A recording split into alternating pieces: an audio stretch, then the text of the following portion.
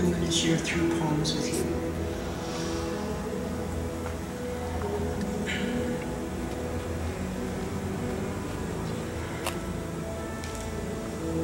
The first one is called #Justice. The first thing I saw on Twitter today, it's National Day of Mourning for those lives lost while on the job.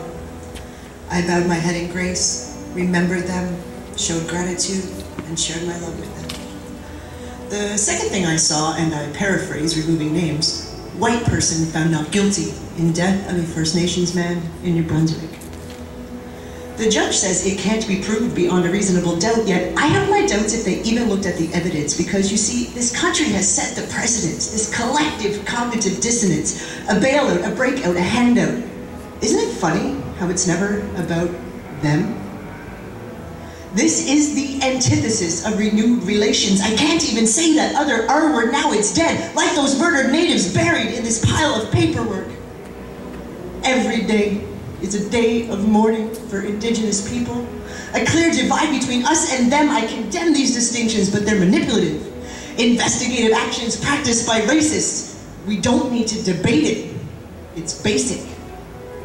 Tell me how this shit is better than those Indian agents, this sophisticated surveillance, yet 2 of my younger brothers were murdered, unsolved, unheard of, as if no one saw a thing. Absurd. Don't tell me that shit isn't targeted. So what about those who kill while they're on the job? The morning after, they just keep on keeping on while mothers weep for their murdered sons. How many headlines do we need to see? Police shoot and kill Indigenous person. We carry this burden, disproportionately incarcerated for shit white people don't even get looked at for. Vote for being brown, eyeball up and down. No pardon, no parole. Pardon me? #Justice for Colton. #Justice for Tina. #Justice for Brady. And that's just a few of the many names just us Indigenous peoples considered non-essential, essentially giving no fucks about us or our well-being. Seeing injustices with your closed eyes that comprise your ignorance. Open them. Your belligerence is a hindrance. These hashtags have become toe tags. Just another place where words and people go to die, and you wonder why we can't just get over it. Because you keep putting it on top of us. Body bags, the morgue is full, the price tag is too high on clearance. Performing autopsies, you'll write a report ignoring facts, stabbing us in the back. Figuratively, symbolically, literally stabbing us in the back. Oh shit, sorry. I mean shooting us in the back. I wrote a speech in junior high where I argued that the justice system should be called the legal system because, listen, nothing about it is just. Evil freedom, it's like you stick the needle in my arm and blame me for becoming addicted to that heroin. I get convicted for shit that you did, depicted as dysfunctional, even if I'm the victim.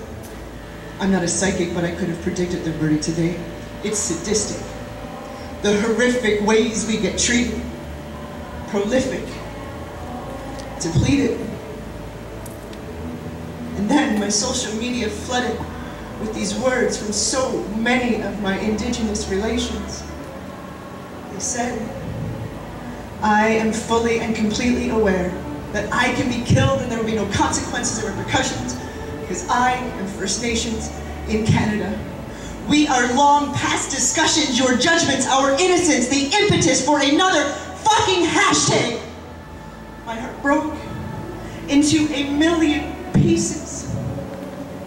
What can I say to my kid when I can think of no example to support an alternative story? We are all citizens of this earth. We all see the same star blanket in the sky.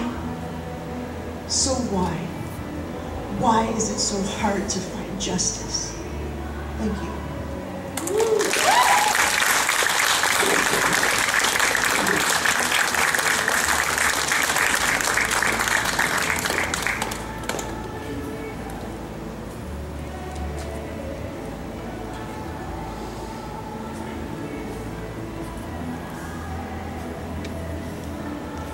The second poem is called COVID Excuses. The federal government will not be able to deliver on a national action plan to make life safer for Indigenous women and girls. Huh. Those words. Because COVID? Fact check. The 1,200-page report came out in June of 2019, so this is like gasoline being thrown on the fire that they said to us. Those words they said to us, these humans' breaths, chokehold, guillotine, consoled by your inaction, controlled, rolled another missing soul into your blunt words. I've observed many people looking away, commitments are flippant, the treatment is indignant, the ignorance. National inquiry into missing and murdered Indigenous women and girls. Not MMIWG, a potpourri of letters because beggars can't be choosers. Who would choose this? Settlers as abusers, misusing power. We must all do better. Stolen sisters reduced to acronyms because that's easier if you don't see her as a person. She's a feature spread, but she has no features. Blank faces like those blank stares, those fucking thoughts and prayers become as meaningless as those reports sitting on shelves, cased in. Those words on pages is not where the change is. More money invested in the paper to print it than the moral imprint for my murdered relations, the racist, the systemic oppression that takes our breath away. Long before the COVID-19 pandemic, this country was facing an ongoing epidemic. Academics thinking about it, theoretically the public became, or perhaps always was, apathetically walking through their daily lives. Collectively, we are pathetic. Our sisters have simply become blisters on Canada's feet. It's like you can't even walk an inch in her shoes. Footprints in the sand collecting dust, unjust actions, it's disgusting. Those fractions, hey, why y'all so untrusting? Unaware, because we're distracted, as if everything is a transaction into ashes. Dishonorable mention, slaughtered daughters, we readjust our expectations. A robust plan written in the blood and tears of lives lost, fractured nations. The foundation of 2020 Canada. Missing relations, dreams crushed, rushed to a finish line that we never get to cross. Glossing over details because it's too hard for you to hear. The temptation to look away and pretend it doesn't exist. Declarations of that R word. Acknowledgements of the land on which you stand, but you can't fucking stand the stewards and the protectors. Your racism festers and it objects to that which it doesn't understand. Explanations justified by a preoccupation with division. She's a human being. Worthy. Say her name. Refrain from looking away. A 1,200-page report. Less pages than our stolen sisters. How many times will Canada have to be taken to court? We can't afford to keep going like this, ignoring what's right before us, still distorting our living experiences. And our experiences of death, of being killed at the hands of colonization and patriarchy, misogyny. The blood is on all of our hands. Missing and murdered Indigenous women and girls. Not MMIWG, a potpourri of letters because beggars can't be choosers. Who would choose this? Settlers as abusers, misusing power. We must all do better. So, just for today, may compassion drive all your actions. No COVID excuses. Thank you.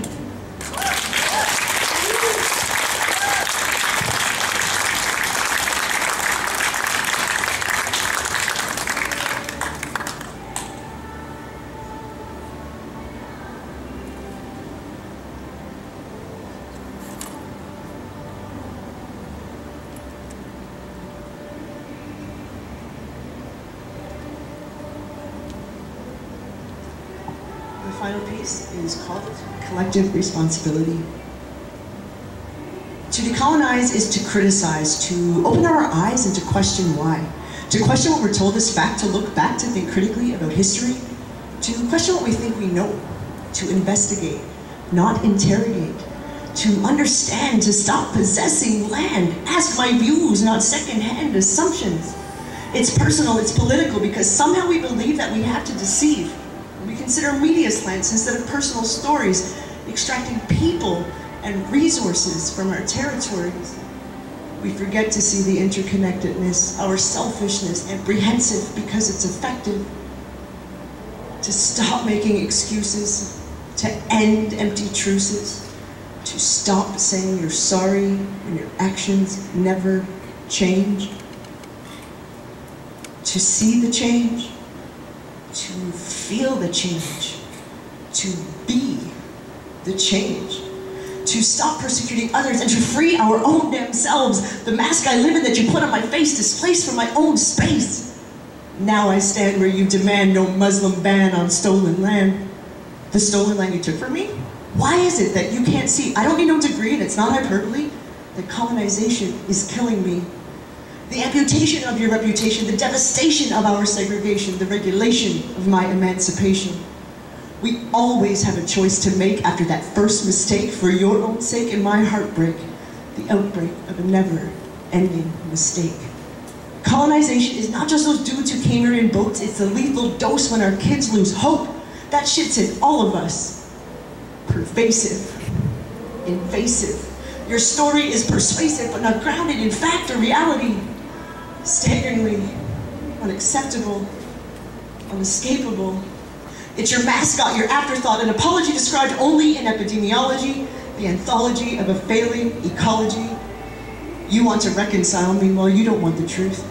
Your affinity for bigotry, the acceptability of insensitivity, my replaceability, your susceptibility, our collective responsibility. The epitome of delinquency, a dependency explicitly and deliberately to drive us apart. To decolonize your mind is to shift perspective, to alter a collective consciousness. Authenticity is the variety of humanity, to love and to be loved, to give and to share our burden to bear for what's got us here.